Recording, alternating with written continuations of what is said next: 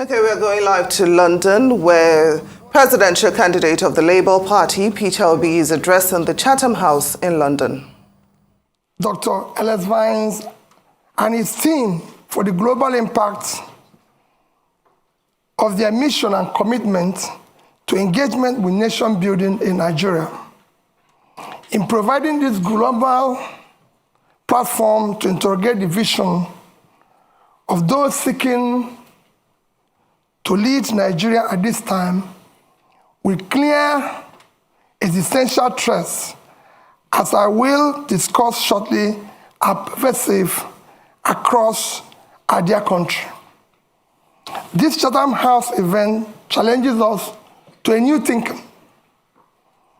We have an alarming insecurity that led to loss of many lives and properties, significant decline in food and economic output, immense trauma that has compromised the mental health of communities, and in some cases, identity pressures and disaffection with the Nigerian project. The economy is in crisis, with a troubling debt profile worsened by oil theft of proportion once hard to imagine. 2 economic recessions in 6 years, and lamentable power sector that have significantly constrained manufacturing and social life. The Nigerian state is captive to an elite gang-up and a rentier political economy that concentrated power in hands of those who came to power and influence mainly through their own contrivances and influence rather than affirmation of the people, and therefore do not have the incentive to serve the people. Even after exploiting the ethnic and religious cleavages, sentiments to ascend to political power, the very people on whose sentiments they grab power often become the primary victims of such political fraud that has rendered Nigeria a failing state with worsening leadership crisis. Consequently, Nigerian democracy had been on the wane, evident in Afrobarometer longitudinal tracking, which reveals low voter turnout. But this seems to have turned around dramatically last year, allowing independent National Electoral Commission to register over 12 million new voters, with many more complaining they wish to register, but unable to do so due to INEC deadline. What prompted this turnaround? We may ask. The reason for these very high stakes are lurking in the face of demographics, with our dominant population, the youth, frustrated and unhappy with the status quo and diminished opportunities in Nigeria in an age of globalization, when internet can easily reveal to them prosperous homes of those who live in a better led and governed countries. How did we, Nigeria, plunge or get here in such an economic decline that we have overtaken India as a home for the biggest pool of absolute poor in the world, when they are 7 times our population? While the poverty rate in India is 16%, that of Nigeria is 63%, with 133 million people classified as multidimensionally poor. This is unacceptable and needs to change. What Nigeria needs is a great escape.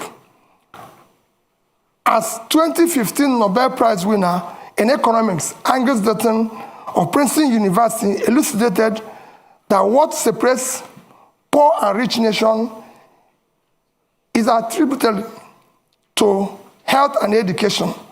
But what provides quality health and educational system for a society, committed and focused leadership that can build and sustain public wealth, as I was told by Professor Donald Jacob of Kellogg School of Management. In many ways, this is the heart of my remarks today, which are deeply rooted in my upbringing, particularly my mother's counsel, that I live a life of positive impact and manage both personal and public resources most prudently for the sustainable, inclusive growth of development of the society. It is this principle that guided my stewardship as governor of Anambra State of Nigeria and led to our much commended performance with some prize awards to show for it.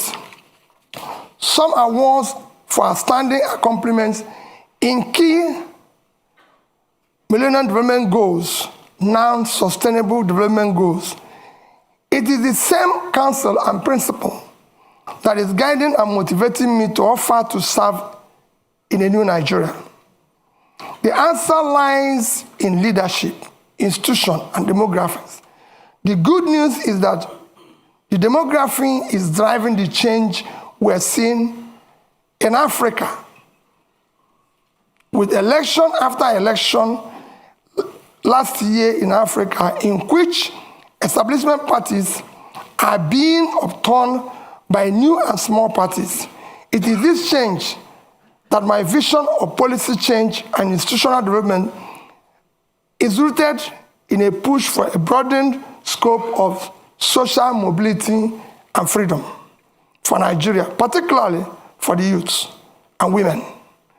Like the former British Prime Minister, Harold Macmillan, said, at the start of the independence decade, a wind of change is blowing across Africa. Today, that new wind of change sees the ballot box as being instrumental to changing of bad leadership. Senator Yusuf Dat Ahmed, my running mate, and I are committed to new politics that start with ethics of servant leaders and anchored on marriage of clean hearts and skillful hands. We know that unless we change the politics by changing the political leadership, we are stuck in this terrible state of underdevelopment and misery. We will build patriotically our institutions, particularly the ones directly responsible for implementing government policies, to make them fit for purpose. It is not to be doubted at the global scene that Nigeria is blessed with some of the most entrepreneurial youths in the world, in science, in business, in art and entertainment. We believe that what remains is the changing of leadership class from predictators to creators of value, from those whose wealth and power drive from the institution of the nation and its people to those who have demonstrated competence, character, capacity to invest in human development, create prosperity, and instill right values and ethical conduct deserving of servant leaders. Nigeria today is at a critical juncture, and the people led by the youths, brutalized by bad leadership, are awake and leading the movement to transform Nigerian politics and restart the engine of economic growth and social stability. We count ourselves honored to be trusted, especially by the youth, to lead this democratic revolution, and we are deeply pledged to do so with sincerity, accountability, and unquenchable love and desire for a better Nigeria. We are simply the symbol of Nigerian youth struggle to reverse this ugly trend that keep driving them into social anomia, despair, and rejection of their country. We are determined to do everything that needs to be done to rescue and lead our country to prosperity, freedom, security, and peace. We will use merit to assemble competent Nigerians from all sections of Nigeria to form effective government of national unity. At the heart of my goal here today is to look at our Labour Party's key policy plans and how they will drive up the quality of life of average Nigerian, dramatically reduce poverty, and return Nigeria to a place of strategic relevance in a world that needs a thriving and well-governed Nigeria, stabilizing the continent of Africa, making it high-value add for a planet impaired by environmental challenges, terrorism, and inequity. I also plan to speak on institutions and how the leadership we offer can facilitate the evolution of stronger institutions with the rule of law a key anchor to nation building in Nigeria. I have no doubt that the policy choice we favor and the strong institutions Labour Party will facilitate will move Nigeria from a country of rent seekers sharing oil receipts and consuming conspicuously to the one that produces based on vast factor endowments whose value chains can move us towards a high employment economy. We will turn our youth budget to a democratic dividend rather than today's harvest of time bomb of violence, insecurity from uneducated, unemployed, and marginalized youth. This forms the first and most important thrust of our government priorities, without which the rest will not be achieved, to secure Nigeria, end banditry and insurgents, and unite our dear nation to manage our diversity such that no one is left behind. The growing insecurity you see in Nigeria today is not because the enemy is formidable. It is not a lack of focused leadership, ineffective security government structure, and poor coordination from the center. All this needs to be addressed by first projecting strong leadership, signal that will allow both state and non-state actors to be mobilized around single vision. Then, by pursuing a robust reform of the security governance structure, coordinating mechanism that assures all levels of government, federal, state, local, with three-level policing are aligned with strong collaboration with partners from both private and development groups to provide required services and deliver results for every Nigerian. Once this is done, it is important to have a single, clear, coherent, consistent development process. It is important for institutions to be able to provide strong leadership, coordination, capability, partner and engage collaboratively with all relevant stakeholders in an environment that mutually reinforces values.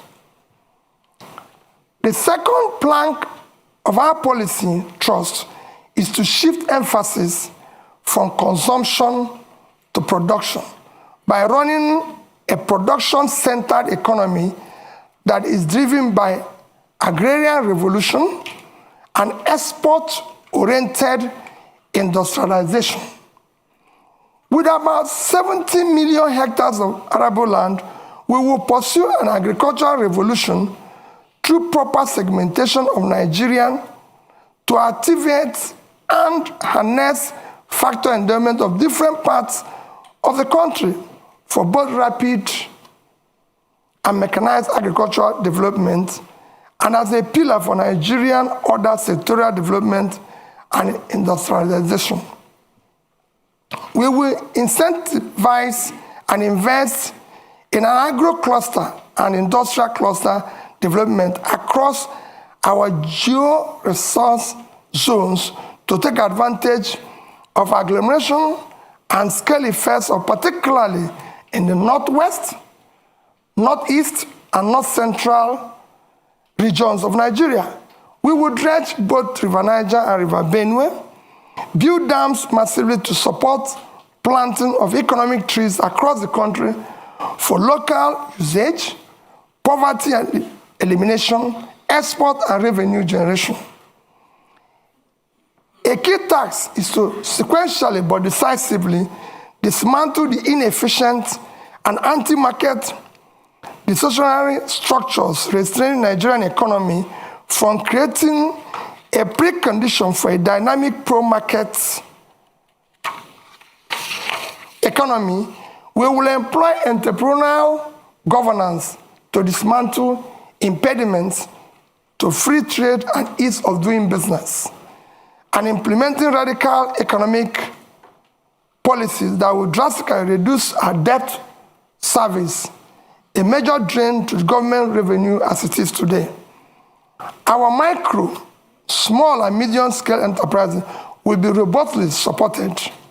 Further borrowing must be strictly for productive purposes and not for consumption. While we aggressively pursue the activation of all opportunities in oil and gas value chain, we will target incentive schemes that will be professionally administered to diversify our non-oil export portfolio with proper consideration and management of climate change risk and opportunities. The third pillar of our government priorities is to restructure the polity through effective legal and institutional reforms to entrench rule of law, aggressively fight corruption, reduce the cost of governance, and establish honest and efficient civil service. Reducing costs of governance in Nigeria is an effective way of fighting institutional corruption. In addition to reducing the cost of governance and streamlining government operations for efficiency and effectiveness, we will ensure that reforms we pursue will not in any way affect the livelihood of our hardworking and efficient civil servants. Critical to fighting corruption, we will install a new budgeting system founded on the cardinal principle of public accountability, objective setting, and program implementation. This is against the extant budgetary principles of revenue mobilization, expenditure allocation, borrowing without emphasis on monitoring, evaluation, and feedback. We will enforce principles of performance, auditing, institutionalized monitoring, and evaluation process of the entire public service delivery as the primary means of actualizing our vision of the new Nigeria. This reform will institutionalize our personal involvement of both the President and the Vice President in setting budgetary objectives of MDAs and monitoring, evaluating the implementation process through Office of Regulatory Review in the Office of the President. Budget monitoring and evaluation capacity will be strengthened within the Presidency. We will embark on effective micro and physical restructuring to quickly restore physical viability by discontinuing unaffordable subsidies which have left a black hole in government finances. Fiscal and monetary policy will be properly coordinated with each conventional tool transparently instead of distorting markets in favor of privileged few. For instance, an avoidance of doubt, we will collaborate with Central Bank of Nigeria for a transparent liberalization of our foreign exchange market and dismantling of OPEC multiple exchange rates. Regime which effectively subsidizes few privileged persons. We will seek to boost the supply side rather than continuing to concentrate exclusively on demand management of foreign exchange. when unaffordable subsidies are removed, some carefully calibrated transfers will be used to cushion adverse impact on economically weak. If the competitiveness of the sector is to be enhanced, then we will do so via enactment of transparent and specifically target fiscal and trade policies designed to stimulate investment and growth. Revenue shortfalls and leakages such as oil theft will be dealt with decisively by holding persons in position of authority fully accountable. The fourth plank of our governance priorities is to leapfrog into the fourth industrial revolution through application of scientific technological innovation to create digital economy. Building on the gains of agriculture-led manufacturing and export, we will pursue development of knowledge and skills to leverage on the emerging disruptive digital technologies, automation, Internet of Things, artificial intelligence, robotics, virtual reality, blockchain technology, biotechnology, and data science, all of which are the heart of the fourth industrial revolution. The fifth plank of our government priorities is to build expansive infrastructure for efficient power supply, rail, road and air transportation, and pipeline network through integrated public-private partnership and entrepreneurial public sector governance. Our solution to the perennial power problem in Nigeria is comprehensive and is well covered in our manifesto. We will ensure that we deal with the issue of transmission, distribution.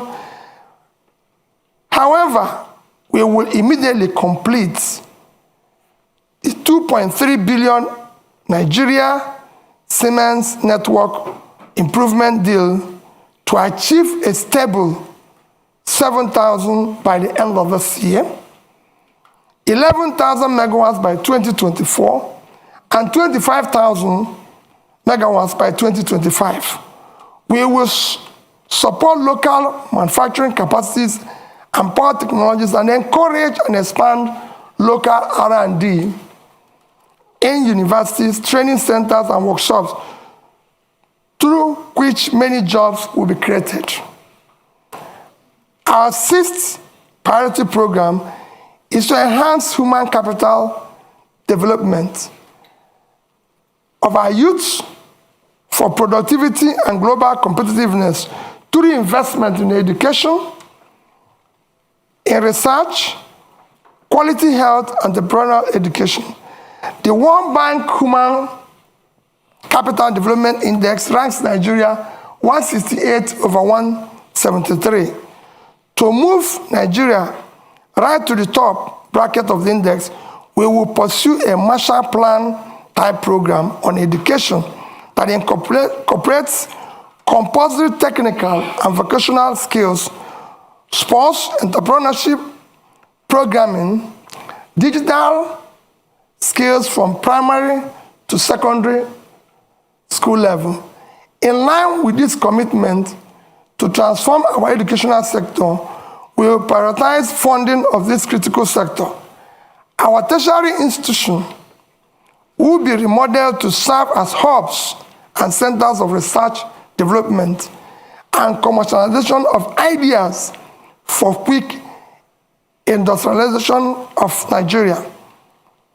Finally, our seventh priority is to conduct an Afrocentric diplomacy that protects the rights of Nigerian citizens abroad, advances the economic interests of Nigerians and Nigerian businesses in a changing world.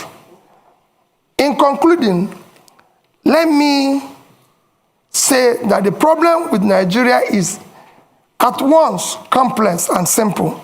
It rests on leadership As our erudite Professor Chinua Achebe stated, the trouble with Nigeria is simply and squarely a failure of leadership. In Achebe's view, there's nothing basically wrong with Nigerian character. The Nigerian problem is the unwillingness or inability of its leaders to rise to the responsibility, to the challenge of leading in the front by example, which is the hallmark of true leadership. When people of competence, character, commitment, compassion take over the leadership and pursue their mission and tasks with seriousness required, a new Nigeria characterized by peace, unity, prosperity, inclusiveness will be achieved and sustained. That is what's driving Datti, Baba Ahmed, and I to join to offer to lead this desire and crusade of Nigerian, particularly the youth, for an inclusive and sustainable Nigeria that works for all.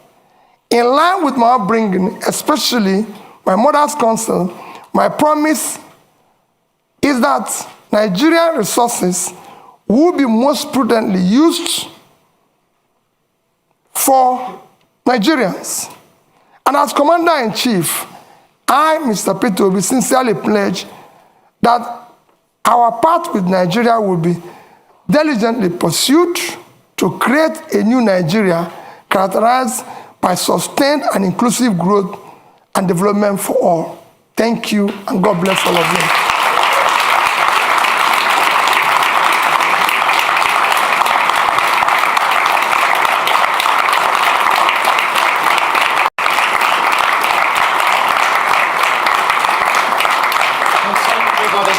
Thank you. Peter, I don't know if you want to sit for a moment while we take a few questions. We'll take them in threes, or you can stay there as you wish. Yeah. Look, the first question, we have, at the moment, the analytics are showing we have tens of thousands of people watching. So my apologies if you are on Facebook, YouTube, the Chatham House channel. We can't take questions from you. On Zoom, we have hundreds of questions that have come in. One question is from Baba Femi Adibola, who is asking the following question. Given the complexity of Nigeria's democracy and the Labour Party not projected to have the majority in the National Assembly, how would you work with legislators to ensure the radical reforms you are proposing come to light if you win the presidential election? So that's one question. Just hold that there. And I'm going to go right to the back of the room, right at the corner there, the gentleman right in the corner. Yes, so yes, you. Please go ahead. Introduce yourself and one question, please. Thank you. All right, thank you. My name is Ajiboye Tsumishi from Huddersfield University. So my question is simple.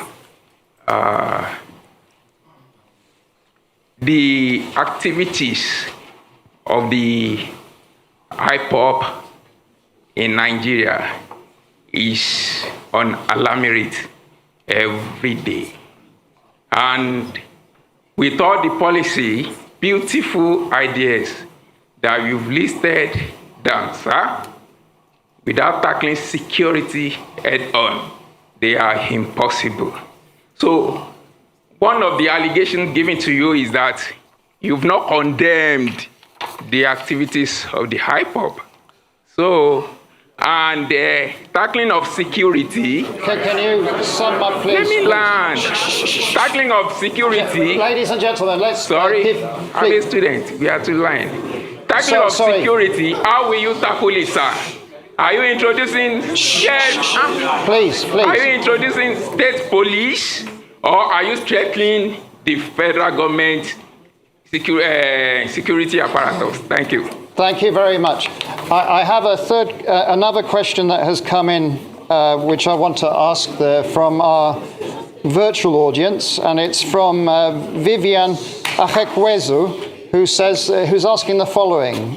Vivian is asking, for many years, Nigeria has underinvested in healthcare, What are your plans for achieving universal health coverage, where access to healthcare is a right rather than a privilege, as well as ensuring sustained funding for epidemic preparedness and response? We did have a similar question for Mr. Tinubu in the last session that we did. So there are 3 questions there for you, Peter, and then I'll come through the audience here. Please just be patient. First question is, how do you deal with the legislators, considering that Labour Party is probably not in control of the legislative arm of the government? Quite frankly, I have been through this as a governor. When I was elected and sworn in as the governor, I have 30 House members, not from my party. In fact, nobody from my party was involved. As long as you are pursuing what is right, everybody will go with you, because the legislator is insecure in his place. He knows that his people are without job, and that's what he wants. He wants development. What else is he elected to do? It becomes a problem when you are pursuing transactional policies which will benefit you, or you're engaging in nepotism where you have to. But if you address it by strictly following the Constitution, which spells out that the system is characterized by simply that we have diversity and all is included, and you do the right things, you don't need to worry about that. On the issue of IPOB, maybe you're not following me. Even yesterday, I spoke about Biafra being ended 53 years ago. It's all over the place in the space. I condemn all agitators, but in condemning them, you have to look at what brought about these agitations all over the place. It's not only IPOB. We have Yoruba Nation movement. We have all sorts. When you have created this level of massive poverty, where 63% of your population is poor, you're going to create all sorts of problems. I was speaking to a British minister this morning. I said we have about 40% unemployment. And we have about 60% youth unemployment. Young people in their productive age doing nothing. If you have 15% unemployment in Britain today, you're going to have massive, remember, agitation. Nobody will be able to leave his house. So what you're seeing is a cumulative effect of leadership failure over the years, which will be solved by good governance. When people start seeing justice, fairness, and inclusive government and doing the right thing, all those things will start reversing itself. And that is what me and that is offering. I will talk and discuss with all agitators. There's nothing wrong in that. People agitate even in my house, and I talk with them.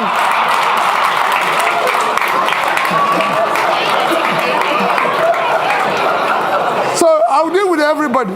I'll show you of that. Don't worry about that. On the issue of health, yes, we have a problem with health. We have underinvested, and because our government have not prioritized our development agenda, everybody knows that the only measure of development that is recognized globally today is Human Development Index. And this is hanged on 3 items: life expectancy, which is health. And we are low in that. Nigerian life expectancy today is about 50-something, as against the global average of 72. So we're low. Same in education.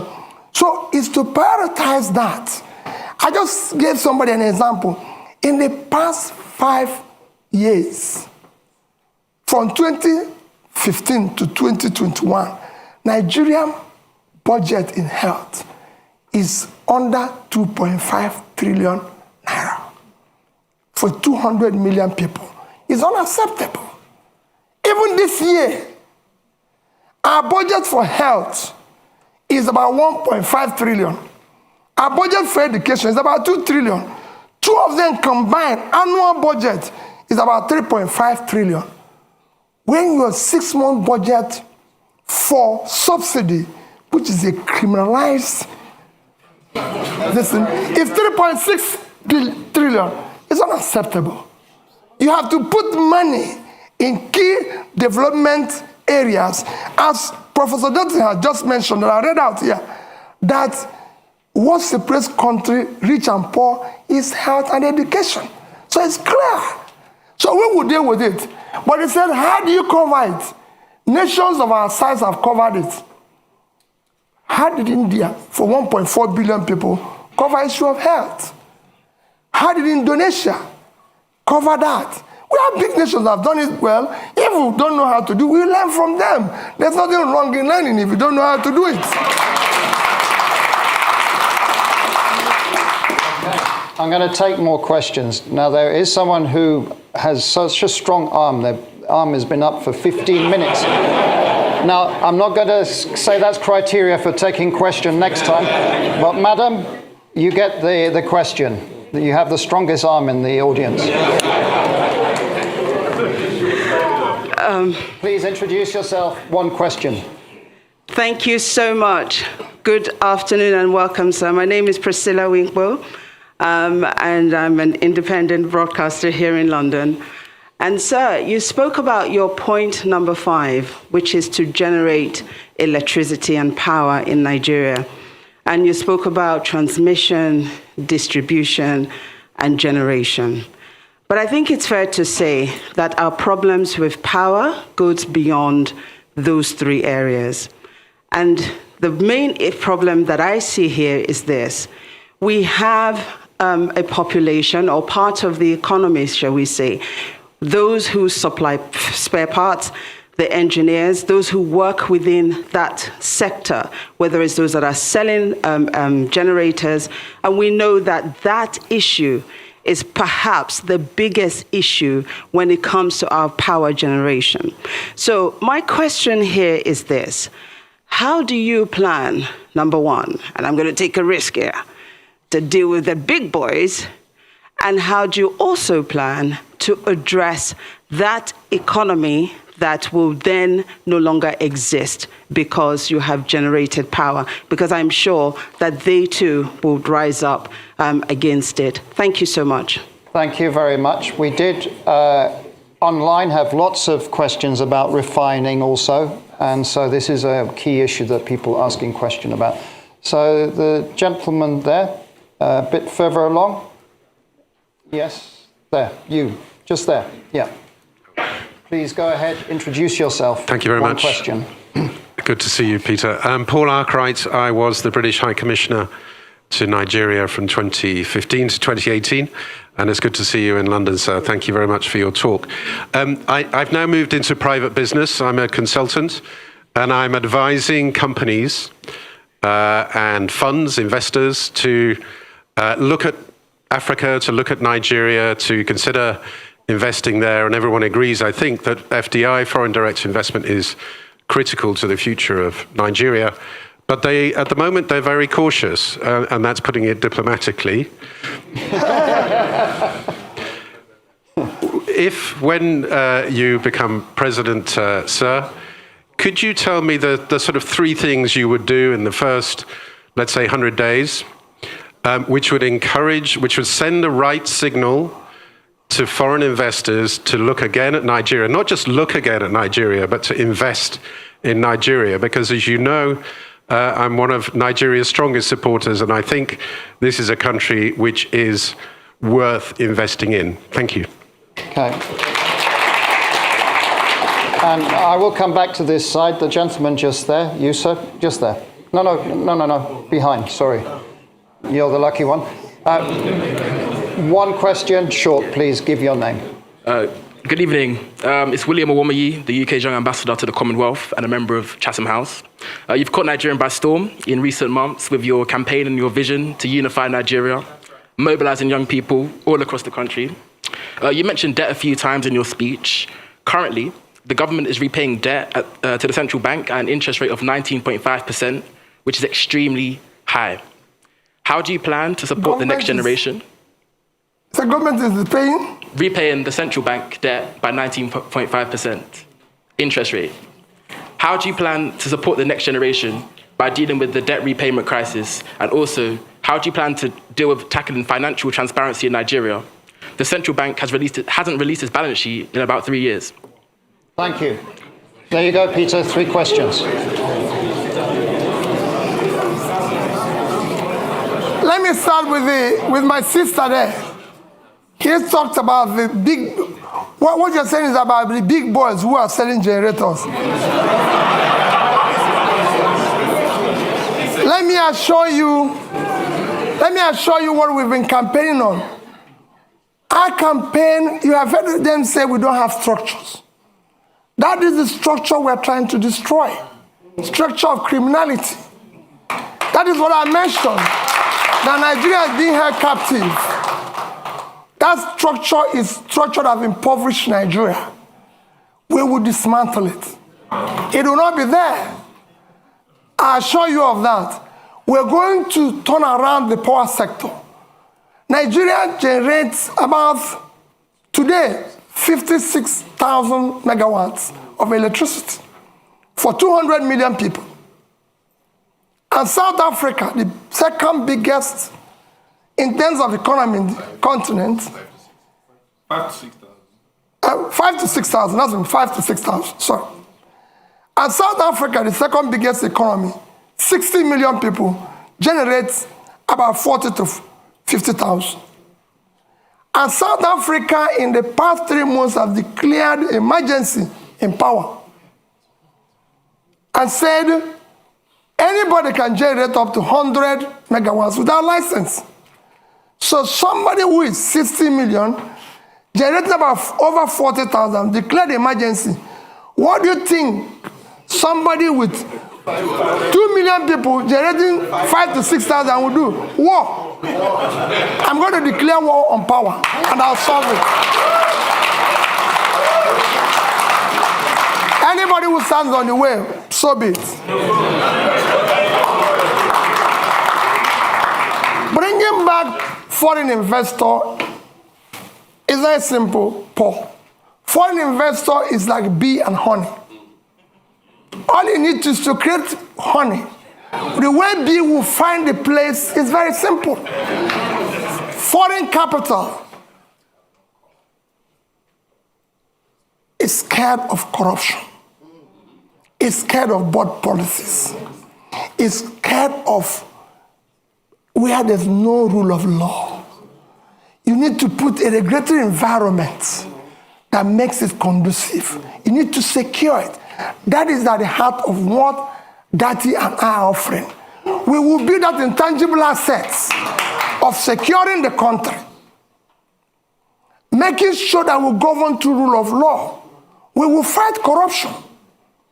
Datti have a record that is the only National Assembly member who refused to buy property of government when it was offered to all National Assembly members.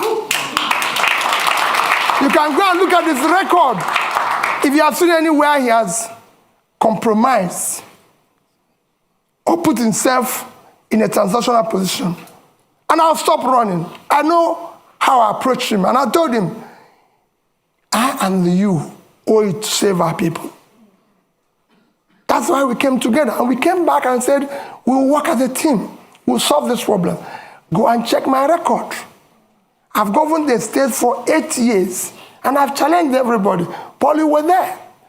I've been the only governor till today.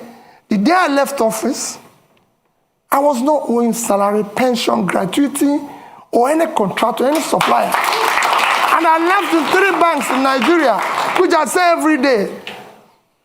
Access Bank of Nigeria, Fidelity Bank of Nigeria, and Diamond Bank. I left over $150 million. Dollars, I didn't say naira. And I have over 30 billion naira. And Anambra State, you can go and verify anywhere. I've never had a bottle. Anambra State have never bought me. There's no land allocated directly or indirectly by me, and I signed over several thousands of C of O Anambra has never bought me a bottle of water since I left office. So you can go. We will fight and stop corruption. The first thing about stopping corruption is yourself. If you're not involved, your wife is not involved, your family is not involved, those around you are not involved, you reduce it by over 50%. And that's what I'm going to do. And I'm sure, Paul, you know that. We are committed. We can't disappoint these youths. We must build a new Nigeria. And we'll deal with that. Investors will come back. Those who left, even the young people who are today living, they'll come back. We want to bring them back. Nigerians are prepared to come back if they can find that they have a country to go back to. This green passport, people must be proud to use it.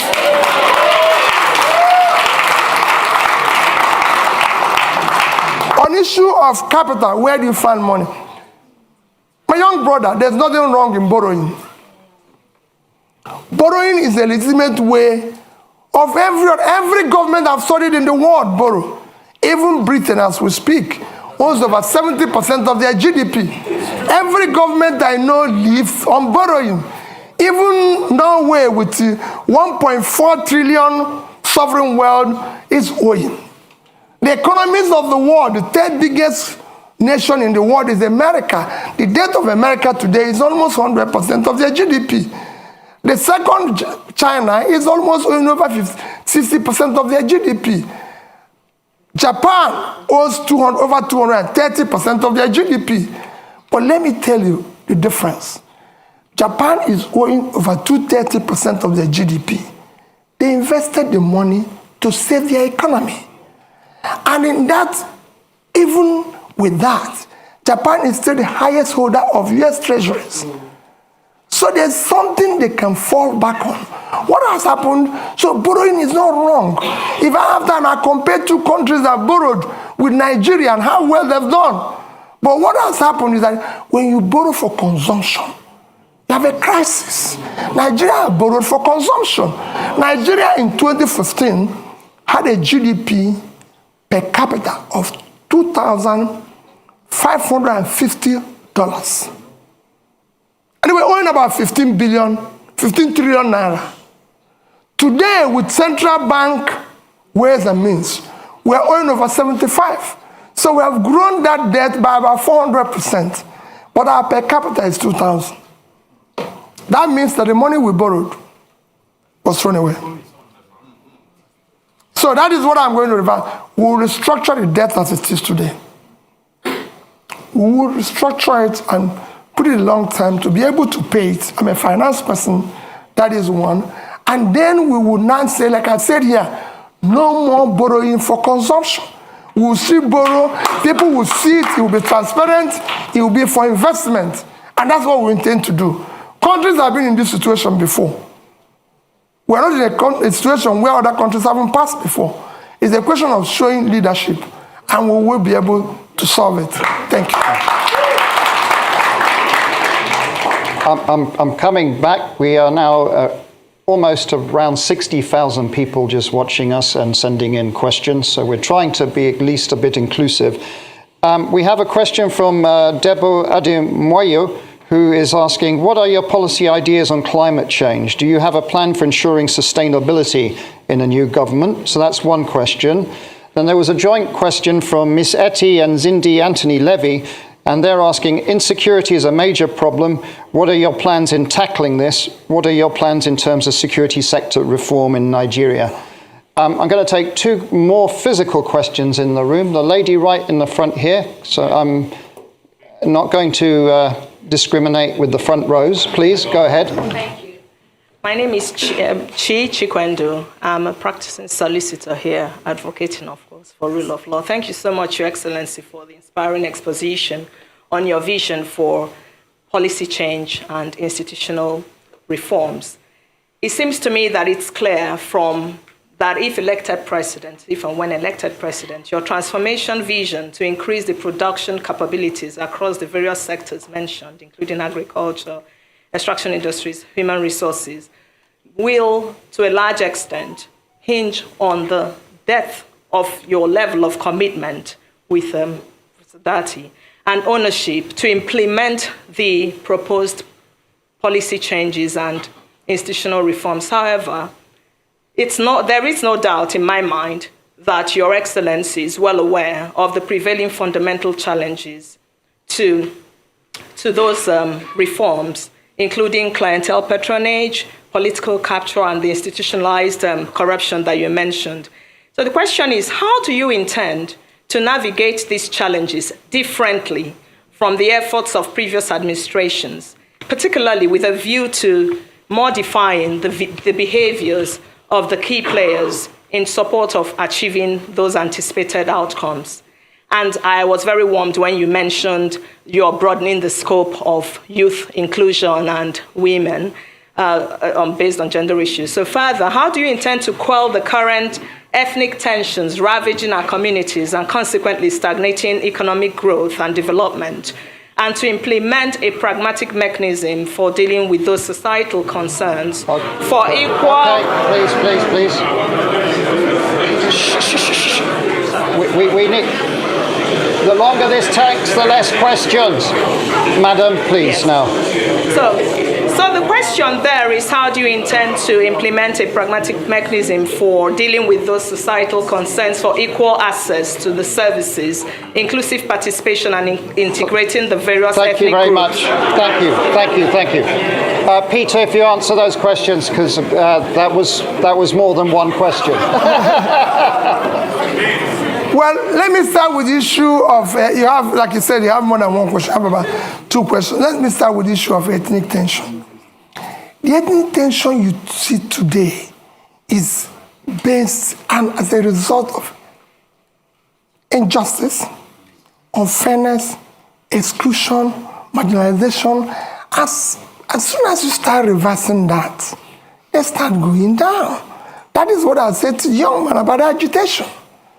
As long as you start doing the right things, as long as you start building an inclusive society where people's talent, hard work will match up their opportunity, you start seeing those things go down. There's tension, even in the Western world here. I live here when the blacks feel excluded.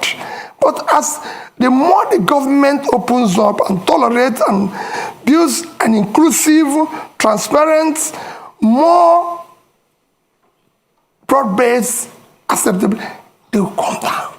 And we will show, I've said before, we will show compassion.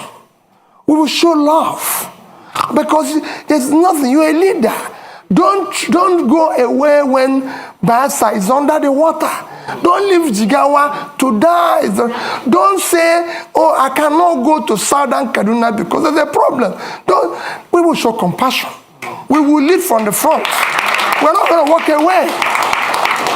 And for me, Borno is part of Nigeria. I don't want to say people, oh, the region is insecure. Nigeria is insecure.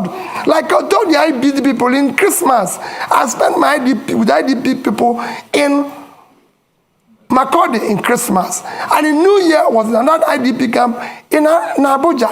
And I said to them, as long as Nigerians are in IDP, all of us are in IDP. I will not allow, and I know that you will not allow it, for any Nigerian to remain in IDP while we're sleeping in our mansions. Never. They must go back. On issue of challenges and dealing with them, the challenges you foresee, I've dealt with such challenges at the Anambra level. And I'll show you the same challenges. We're not going to, as long as you're not involved in this transnational governance, you can deal with anybody. And we're not going to compromise. We have an issue, I said, we're at an existential threat that we don't need to. There's nobody, there's no sacred cow. You either be a Nigerian or you can find another country. We have a country with the rule of law. It will be the same level playing field for everybody. I want to solve the problem. For example, I said it without equivocation. I must pull out the poverty that is devastating the north. The vast land in the north is far more in terms of assets and source of revenue generation and exports for Nigeria than the oil. It's very simple. And I give you an example of one state that I use every day. Niger State is 76,000 square kilometers. Precisely 76.3 thousand square kilometers of land. 7 local governments in that state is under control of bandits. I've tried to interview them because they have no job. They have nothing and everything. Niger State is 2.5 times the size of Netherlands. And Netherlands agricultural export last year was $120 billion. Why can't Niger State do 5% of that? They have arable land. And all they get from the revenue, from the sharing, which is the consumption, is less than 50 billion naira. When they have minus their debts and everything. If they earn 6% or 5% of that, it's $6 billion. At 650, it's about 4 trillion. 80 times what they get from here. We will change it. Somebody talked about tackling insecurity. I've said it extensively. It is our first commitment to first secure Nigeria. Securing Nigeria is not impossible. I secured Anambra State as governor. And it won't be different. I've said we will deal and talk with those we will win, we will talk with those who are winnable. It will be carrot and stick. And those who don't, we will deal with them. We're not going to shy away. Nigeria must be secured. It's a country. Every country must be secured. But we are not going to walk away from the problem. We'll deal with it.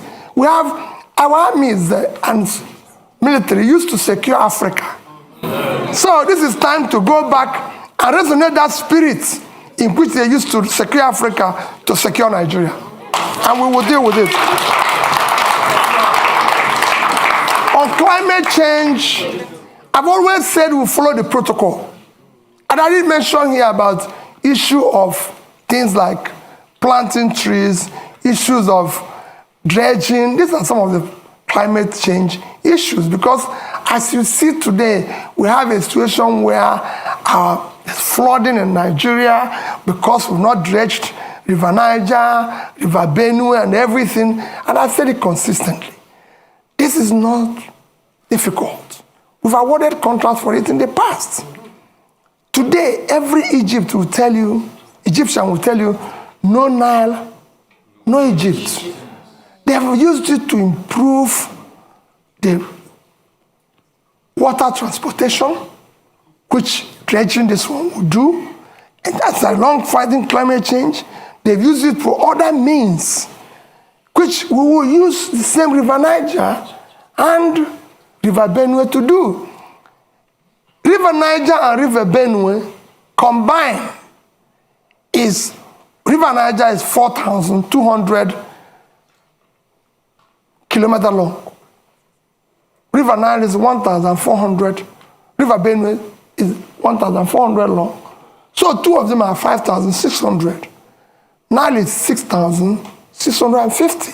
If Egypt, an African country, can dredge, maintain River Nile, Nigeria is big enough to deal with this, and we'll deal with it. And I assure you, you'll see the difference. It will be clear. Other protocols of climate change will follow it. Where we find difficult, we'll negotiate and talk with other involved in that. We are signatory to it, and it's devastating the world today. So we must follow the protocol. Thank you. The clock is ticking. We're on borrowed time now, but we are going over, as I said. So there's right at the front here, there's a gentleman there. I'm going to take 3 questions, and then I think the clock is going to have had its say. Short and sharp, please. Go ahead. I'll keep it short. Hi, good afternoon. My name's Alexis Akwajiram. I'm the managing editor of Semaphore Africa. My question is, if you become the next president, would you seek to keep the current central bank governor or replace him? And please explain your answer. So, the gentleman in the middle there. Please. Go ahead. Good afternoon, and thank you for your remarks. My name is Chibuikem Ugongadi. I'm his master's student at King's College London, and it's funny, actually, my question is related to him. Given the debacle at the central bank currently and their conduct over the past 8 years, what is your view on central bank independence as a tool to improve economic growth? And how will you what will you do about the leadership at the central bank when you become president in order to make sure that their principles are in line with yours on monetary policy? Thank you very much. The lady over there. Yes, madam, you. Yes, but sharp, please. There's a microphone just here. It's next to you. Just there, please. Aha. Okay, Your Excellency, good afternoon. So my question here is this. You talked about restructuring. As you're aware, Nigeria can barely service its external debt. Nigeria can barely service its external debt. Our current external debt, we cannot service it, or we're finding difficult to service it. Now, when you become president, how do you intend to restructure our external debt without actually downgrading our rating in the market? Thank you. Thank you. And your name, just so we have it? My name is Ifeyinwa Umunakwe. Okay, thank you. And then if we move the microphone to the lady just there. Last question. Yes. Good afternoon. Nice to see you again, Mr. Obi. My name is Kenneth Chukwuwabo. I'm a PhD candidate at the University of Cambridge. I study public-private partnerships in education. I read your manifesto, and it seems PPPs are taking a central stage in education sector. So I wanted to ask, what is your rationale for involving private actors in public education, and what governance structures would you put in place to ensure the accountability of these actors in a sensitive sector such as education? Thank you. Thank you very much. My apologies. We've run out of time now. I'm watching the clock.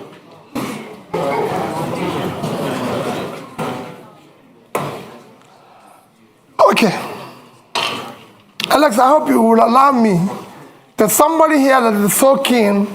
When I was coming in, he had a question that is so interested, and it's like, so I told him, if I have opportunity, I will request and answer it publicly.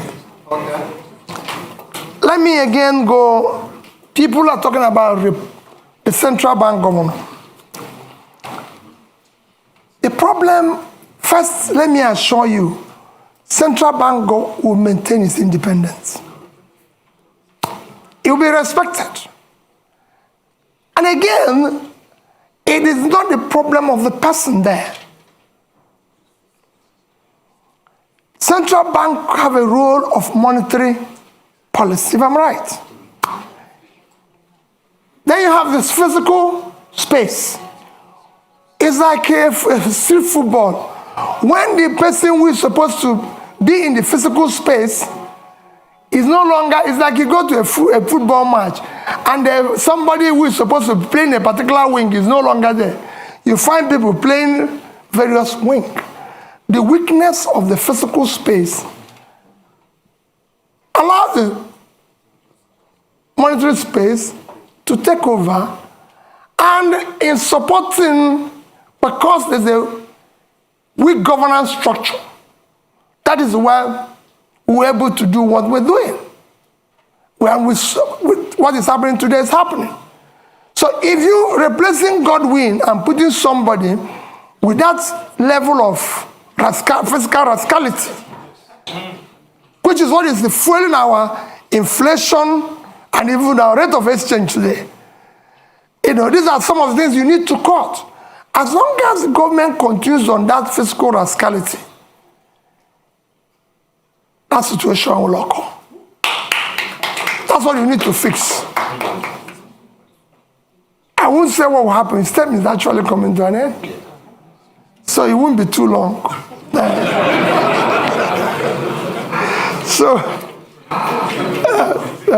So that's that. I assure you that we'll deal with that. You asked about PPP in education. I said you're in Cambridge. Is Cambridge run by British government? Now, I just want to know, because I don't know. When we're talking about PPP in education, we're talking about tertiary education.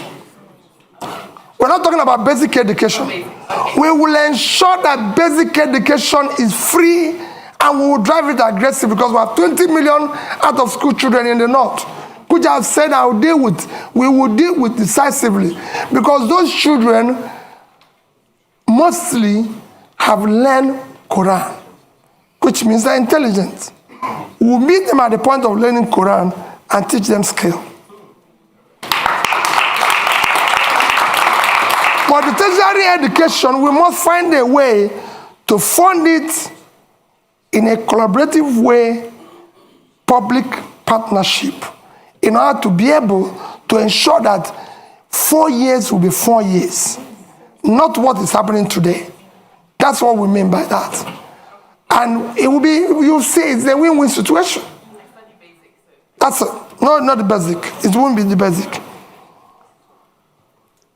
Then, issue of barely servicing our debts. We're not, I've said it before, we're not the only country that have gone through this. Once we move from consumption to production, what we're going to do first is that what you see today, we're inability to service our debts, is because of fiscal rascality. You're paying unsustainable subsidy, which will be stopped from day one, because it's criminal thing. You're no longer generating money because they're stealing oil. And the only people who can steal oil are people in government, because ordinary people cannot steal oil. You can't put it in your pocket. It's something that you come with sheep. So all those, and you stop corruption, the waste, everything.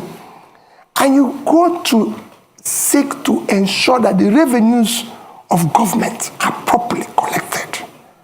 These are things, when you have tightened all the leakages and wastes, you'll be able to increase your position and you negotiate and be able to service them. Look at it, just to give you an example. Nigeria is today the only OPEC nation, apart from Venezuela, because of sanction, that is not meeting up its quota. Because over the years of oil theft, the multinationals and everything have not been investing, coupled with the theft and everything. You're not realizing what you're supposed to.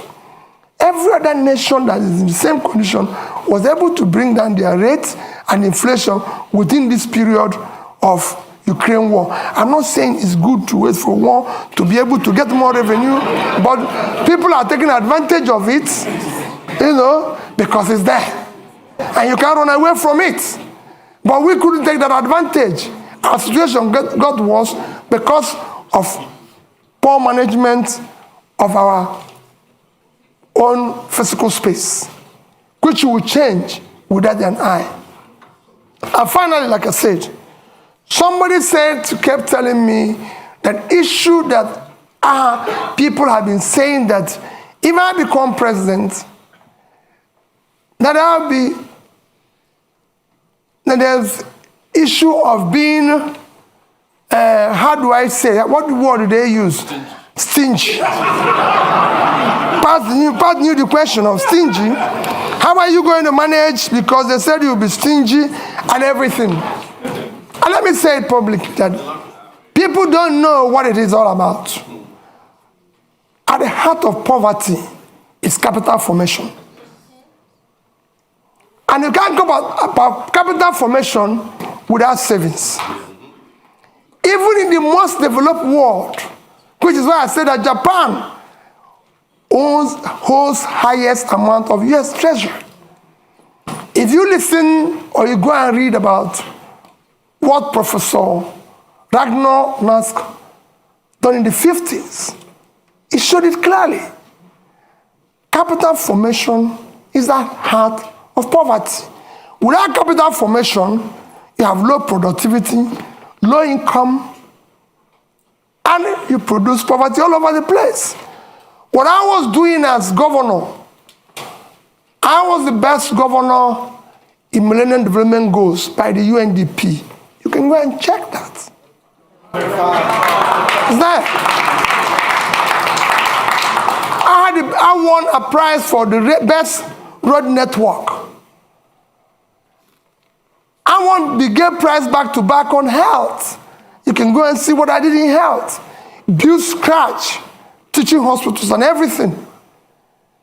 Improved #1 in education. And above all, I was able to save because I believe in future generation. If you look at that savings, I said future generation funding because we want to have proper capital formation to drive tomorrow. If I have opportunity in Nigeria, no matter what we do, we'll do the same thing. We must save for tomorrow. Because that's how you form capital to turn around tomorrow. So as the end, I appeal to all of you. There's nothing more powerful than an idea whose time have come. Victor Hugo. The time today is to have competent leadership with character, commitment and compassion. And that's what Nigeria is yearning for. That's what Obi-Datti and I are offering you. Let's have opportunity to build a better Nigeria. Thank you.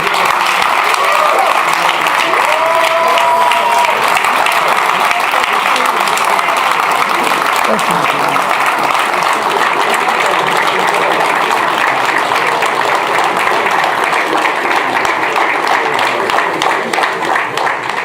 A couple of announcements. First of all, INEC chair speaking here tomorrow, same time, 1 o'clock. You're welcome. It's also going to be live streamed. NNPP presidential candidate Wednesday, same time. And finally, again, just to thank Peter Obi for coming to Chatham House. And good luck in your campaign. And please, if you can just remain seated or on the side while Peter Obi leaves. Thank you very much and have a good night.